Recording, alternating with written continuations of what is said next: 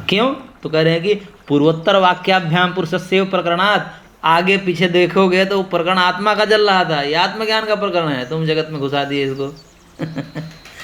आगे पीछे भी देखना पड़ता है प्रकरण, कहीं बीच से ऐसे उठा दिया जाता है, बीच से ऐसे उठा करके एक वचन और अपने प्रमाण को प्रस्तुत करने के लिए ऐसा कभी कभी कर देते हैं छल करने वाले। एक ने कहा कि जो है, क्या कहा है, तुम ब्रह्म हो, तुम क्या हो? तो कहे कहाँ कहा है? तुम्हें प्रत्यक्षम ब्रह्मासि कहा है, तुम ही प्रत्यक्ष ब्रह्म हो। और वहां त्वम शब्द परमात्मा के लिए, वायु के आदि के लिए वो कहा है, और तुम प्रत्यक्षम ब्रह्मासि ऐसा कह कर तुम ही ब्रह्म ऐसा कहा है। अरे बीच से उठा दिया प्रकरण, आगे पीछे देखा नहीं, वो आत्मा का प्रकरण है, परमात्मा का प्रकरण है, परमात्मा को ही ब्रह्म शब्द से कहा गया है, ऐसे उठा कर कह दिया जाता। ऐसे ही बीच से इसने उठा लिया, और प्रकरण किसका था? आत्मज्ञान का। तो वो शून्य शब्द दिखा करके कहना चाह रहा है।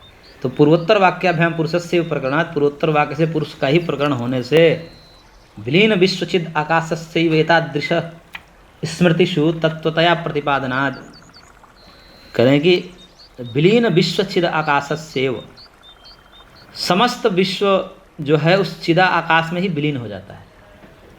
समस्त विश्व उस चिदाकाश मतलब ब्रह्म तत्व में ही क्या हो जाता है? विलीन हो जाता है। और उसी को तत्वतः प्रतिपादन के लिए इन श्रुति विस्मृतियों का कथन है कि जब हम आत्म स्वरूप में जाते हैं तो सारे ये जो है बाहरी तामझाम विलीन हो जाते हैं, खत्म हो जाते हैं। नष्टम अपि नष्टम तदन्य साधारणत्वात्, कृतार्थम प्रति नष्टम अपि अनष्टम, उसके लिए विलीन हो गया, नष्ट हो गया, अन्यों के लिए थोड़े नष्ट हुआ। तो वही एक चेतन तत्व जो है परमार्थिक है, उसी को बतलाने के लिए ऐसा कहा गया है।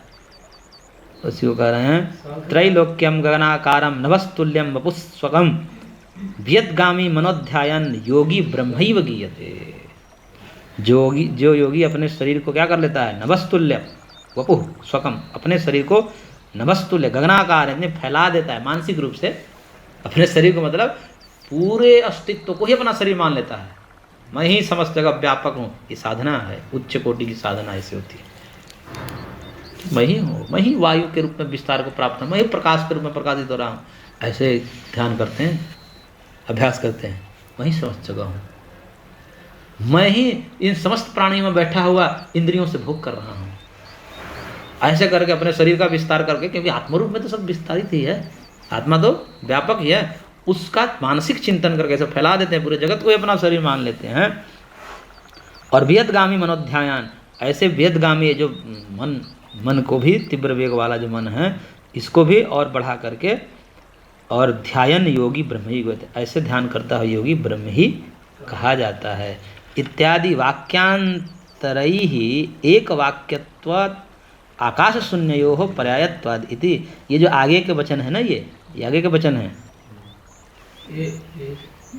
इन वचनों के साथ उसकी एक वाक्यता सिद्ध होती है। कहने का मतलब ये शून्यवाद का कथन नहीं है, अपितु ब्रह्म ज्ञानी आत्म साक्षात्कार का प्रकरण है, आत्मा का प्रकरण है। तो आत्मा की सत्ता तो वहाँ सिद्ध ही है, उसी की कुटस्थ नित्यता दिखाई गई है, इसलिए सर्वम शून्यम नहीं है, तो उसकी पारमार्थिक सत्ता है और बाकी की व्यावहारिक सत्ता है। तो इत्यादि वाक्य एक बार शून्य पर्यायत्वादिति मनोमहत्तत्वाद्यखिल अंतःकरणम व्यदगामी चिदाकाशल्यम। इसलिए मन जो कहा है ना, मनोध्यायात योगी ब्रह्म ही लिए थे, तो मन जो है महतत्व आदि अखिल अंतःकरण का उपलक्षण है। और समस्त मन महतत्व अंतःकरण, मन बुद्धि अहंकार इंद्रियां, ये समस्त कहाँ हो जाती है? उस चिदाकाश आत्म तत्व में विलीन हो जाते हैं। कब? समाधि की स्थिति में, स्वरूपावस्थिति में, तो उस समय सब शून्य हो जाता है। हाँ, उसको शून्य कहा गया, न कि पूरा जगत को ही शून्य कहा गया है। इसलिए अर्थ का अनर्थ मत करो, शून्य शब्द देख करके उछलो मत। प्रकरण क्या है, अर्थ क्या है, ये बोल देने तो नहीं बोल रहे हैं ना, ये तो सिद्धांत का है।